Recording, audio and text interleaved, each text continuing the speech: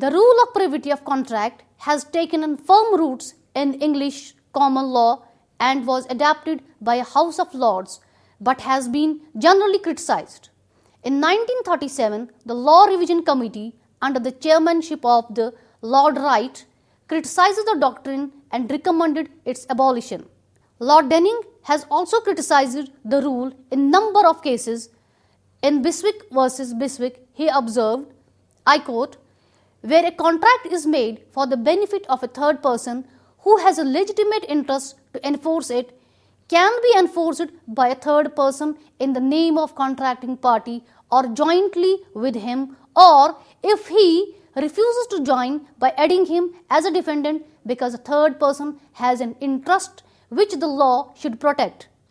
It is different when the third person has no legitimate interest, as when he is seeking to enforce and maintain the list price to the public disadvantage, as in Dunlop pneumatic case, or when he is seeking to rely not on any right conferred upon him under the contract, but on an exemption clause seeking to exempt himself from his just liability."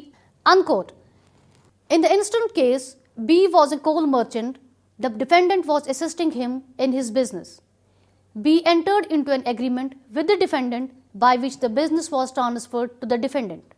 B was employed as a consultant, and after B's death, the defendant has to pay to B's widow a sum of £5 per week out of a business assets.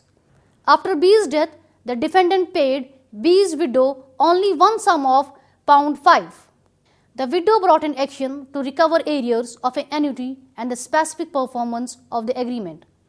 In appeal, the House of Lords did not approve the approach adopted by Lord Denning and observed, I quote, "The plaintiff lady in her personal capacity has no right to sue, but she has a right as an administrator of her husband's estate to require the defendant to perform his obligation under the agreement."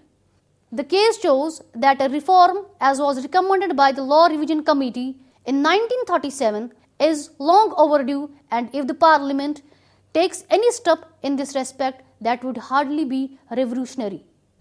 Stein Lord Justice also criticizes the doctrine in Darlington BC versus W.S. Northern Limited in the following words, I quote, "There is no doctrinal, logical or policy reason why the law should deny effectiveness to the contract made for the benefit of the third party, where that is the expressed intention of the parties. It is therefore unjust to deny effectiveness of such a contract. I will not struggle further with the point, since nobody seriously asserted the contrary." Unquote.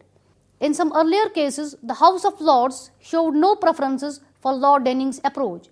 Lord Simmons said that if the principle just coestem tertior is to be introduced in our law, it must be done by the Parliament after a due consideration of its merits and demerits.